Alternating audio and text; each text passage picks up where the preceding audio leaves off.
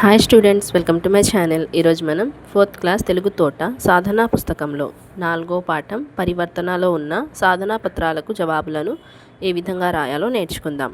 ఇంతకుముందు వీడియోలో మనం సాధనా పత్రం 1, సాధనా పత్రం 2 ఈ రెండింటికి జవాబులను రాసాం. ఈరోజు మనం మొదట సాధనా పత్రం 3కి ఏ విధంగా జవాబులు రాయాలో చూద్దాం. ఆ సెక్షన్ చూడండి. కింది పేరాను చదివి ప్రశ్నలకు సమాధానాలు రాయండి. ఇక్కడ ఒక పారాగ్రాఫ్ ఇచ్చారు. ఆ పారాగ్రాఫ్కి సంబంధించి కొన్ని ప్రశ్నలు ఇచ్చారు.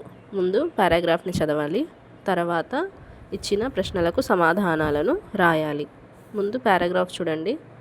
ఇంతలో అక్కడున్న పువ్వులపై వాలుతున్న తేనెటీగ కనిపించింది. రాము ముఖంలో ఆనందం. తేనెటీగను పలకరించాడు. తేనెటీగ మనం ఆడుకుందామా అని ఆసక్తిగా అడిగాడు. రాము మాటల్ని పట్టించుకోకుండా తన పని తాను చేసుకుంటూనే, నాకు అంత తీరిక లేదు బాబు అని తేనెటీగ అంది. పూల నుంచి తేనెను సేకరిస్తున్నాను, పూలు తొందరగా వాడిపోతాయి అని తుమ్మెద ఎగిరిపోయింది. ఇప్పుడు కింద ఇచ్చిన క్వశ్చన్స్ చూడండి. మొదటిది, పై పేరాలో సంభాషణ ఎవరి మధ్య జరిగింది? పైన ఇచ్చిన పారాగ్రాఫ్లో ఇద్దరి మధ్య సంభాషణ జరిగింది. ఆ ఇద్దరు ఎవరు అని అడుగుతున్నారు. రాము తేనెటీగల మధ్య సంభాషణ జరిగింది. రాము తుమ్మెదని ఏమని అడిగాడు? రాము తేనెటీగని తేనెటీగ మనం ఆడుకుందామా అని అడిగాడు. అప్పుడు తుమ్మెద ఏమని చెప్పింది? మూడో ప్రశ్న, నాకు తీరిక లేదు బాబు, పూల నుంచి తేనెను సేకరిస్తున్నాను, పూలు తొందరగా వాడిపోతాయి అని తుమ్మెద అలా చెప్పి ఎగిరిపోయింది. తర్వాత కింద చూడండి. ఆ సెక్షన్ పరివర్తన పాఠం చదివారు కదా.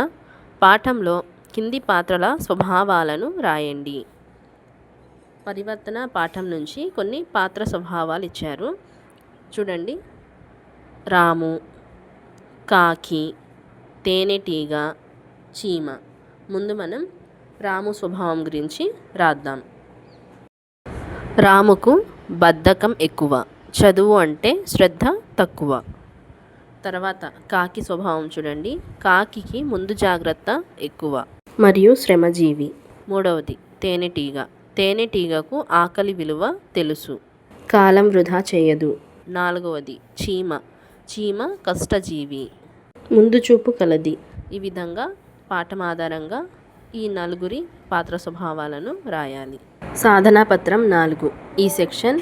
ఈ పేరా చదవండి. అదేమిటి, నాతో ఎవరు ఆడుకోవటానికి రావటం లేదు అని రాము అక్కడే కూర్చొని ఆలోచించసాగాడు. కాకి, తేనెటీగ, చీమ ఎవరి పనిలో వారున్నారు కదా, నేను నా పని చేసుకుంటాను అని అనుకున్నాడు. వెంటనే కిందపడి ఉన్న పుస్తకాల సంచిని ఇష్టంగా చేతిలోనికి తీసుకున్నాడు. మళ్ళీ దారిలోకి వచ్చాడు. ఎదురుగా బడి ఆత్మీయంగా కనిపిస్తోంది. పై పేరా ఆధారంగా 5 ప్రశ్నలు తయారు చేయండి. ఉదాహరణకు, నాతో ఎవరు ఆడటం లేదు అని ఎవరనుకుంటున్నారు? ఈ విధంగా పైన పేరా ఉంది కదా, దీంతో మనం కొన్ని ప్రశ్నలను తయారు చేయాలి. ఒకటి చూడండి, ఎవరెవరు వారి పనిలో ఉన్నారు. రెండవది, నేను కూడా నా పని చేసుకుంటాను అని ఎవరనుకున్నారు? రాము ఇష్టంగా చేతిలోనికి ఏమి తీసుకున్నాడు? మళ్ళీ దారిలోకి వచ్చింది ఎవరు? రాముకు బడి ఎలా కనిపిస్తోంది? ఈ విధంగా కొన్ని ప్రశ్నలను తయారు చేయాలి. తర్వాత ఈ సెక్షన్ చూడండి. ఈ కింది పేరా చదవండి. తారుమారైన పదాలను గుర్తించి సరైన ఖాళీలో రాయండి. కింద ఒక పారాగ్రాఫ్ ఇచ్చారు. దాంట్లో అండర్లైన్ చేశారు కదా, గీత గీసిన పదాలు తారుమారు చేశారు. అవి సరైన ప్లేస్లో రాసి ఆ పారాగ్రాఫ్ని కరెక్ట్గా మనం కంప్లీట్ చేయాలి. కింద చూడండి. ఇంతలో వంటగదిలో నుంచి వాళ్ళ అమ్మ గొంతు వినిపించింది. కానీ పైన పారాగ్రాఫ్లో మనకి ఇక్కడ దారిలో అని ఇచ్చారు. ఇక్కడ అండర్లైన్ చేసిన పదాలు చూడండి. దారిలో, మళ్ళాడు, కిలకిలలు, గొంతు, భుజానికి. ఇక్కడ ఇచ్చిన ఈ పదాలను మనం కింద ఇచ్చిన ఖాళీలో కరెక్ట్ ప్లేస్లో రాయాలి. ఫస్ట్ మనం గొంతు. ఇంతలో వంటగదిలో నుంచి వాళ్ళ అమ్మ గొంతు వినిపించింది. బాబు, రాము, చుట్టుపక్కల పిల్లలందరూ బడికి వెళ్ళిపోతున్నారు, నువ్వు కూడా త్వరగా తయారయ్యి బడికి వెళ్ళు అంది. కాసేపటి తర్వాత పుస్తకాల సంచి భుజానికి తగిలించుకొని బయలుదేరాడు. కొంత దూరం నడిచేసరికి దారిలో ఉన్న మామిడి తోటలోకి వెళ్ళాలి అనిపించింది. వెంటనే దారి మళ్ళాడు రాము. మామిడి తోటకు చేరుకున్నాడు. పారుతున్న నీళ్ల గలగలలు, పక్షుల కిలకిలలు, వాటి రెక్కల టపటపలతో పచ్చని ప్రకృతి ఆహ్లాదంగా ఉంది.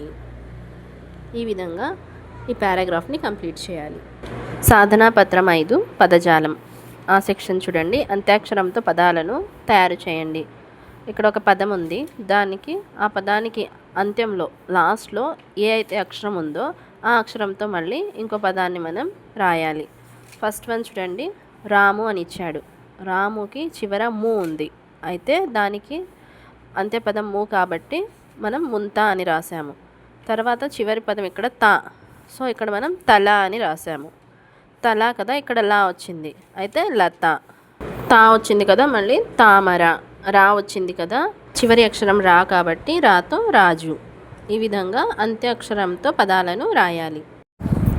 ఆ సెక్షన్ చూడండి. గీత గీసిన పదానికి సరైన అర్థాన్ని గుర్తించండి. ఫస్ట్ వన్, రాముకు ఎంతో సంతోషంగా ఉంది. సంతోషంగా అనే పదానికి అర్థం ఆనందం. మూడవది ఆన్సర్. ఇక్కడ 3 అని రాసుకోవాలి. రెండో క్వశ్చన్ చూడండి. రాము తండ్రి ఊర్లో బాగా డబ్బున్న వ్యక్తి. ఊర్లో అనే పదం దానికి అర్థం గ్రామం. First one 1. మూడోది చూడండి. ఒక్కొక్క పుల్లతో శ్రమించి గూడు కట్టుకున్నాను. శ్రమించి అంటే కష్టపడి. ఆన్సర్ 3. ఈ సెక్షన్ పాఠంలో నీళ్లను, పక్షులను, వాటి రెక్కలను, ప్రకృతిని వర్ణించారు కదా, ఆ వర్ణన పదాలు రాయండి. ఉదాహరణకు నీళ్ల గలగలలు, పక్షుల కిలకిలలు, రెక్కల టపటపలు. ఈ సెక్షన్ పాఠం చదివారు కదా, ఈ పాఠంలో రాము ఎవరెవరితో ఆడుకుందామన్నాడో రాయండి. ఫస్ట్ వన్ కాకి, సెకండ్ వన్ తేనెటీగ, థర్డ్ వన్ చీమ. కాకి, తేనెటీగ, చీమ ఈ ముగ్గురితో రాము ఆడుకోవాలనుకున్నాడు. సాధనా పత్రం 6 ఆ సెక్షన్ పాఠంలో కాకి, తేనెటీగ, చీమ వంటి పక్షుల కీటకాలు ఉన్నాయి కదా, మీకు తెలిసిన పక్షులు, కీటకాల పేర్లు రాయండి. ఇక్కడ కింద చూడండి. ఒక పట్టికి ఇచ్చారు. దీంట్లో ఒక సైడ్ పక్షుల పేర్లు, మరొక సైడ్ కీటకాల పేర్లను రాయమన్నారు. ముందు మనం పక్షుల పేర్లను రాద్దాం. పిచ్చుక, కాకి, చిలుక, పావురం, నెమలి. ఇప్పుడు కీటకాల పేర్లను రాద్దాం. తూనీగ, సీతాకోకచిలుక, తేనెటీగ, మినుగురు పురుగు, పొద్దింక. ఆ సెక్షన్ కింది పదాలకు వ్యతిరేక పదాలు రాయండి. ఇష్టం, అయిష్టం, నవ్వడం, ఏడవడం, ఆనందం, విచారం, మంచి, చెడు, సుఖం, దుఃఖం, ఆలస్యం, అనాలస్యం లేదా తొందర, పెద్ద, చిన్న, రాత్రి, పగలు. ఈ సెక్షన్ పాఠంలో పేర్లు రాయండి. ఉదాహరణకు రాము, చీమ, తేనెటీగ, కాకి, మామిడి చెట్టు. ఈ సెక్షన్ కింది పేరా చదవండి, సరిచేసి రాయండి. రాము దిగులు పడ్డాడు. ఇంతలో ఎదురుగా చీమ కనిపించింది. చీమ మనం ఆడుకుందామా అని ఆత్రంగా అడిగాడు.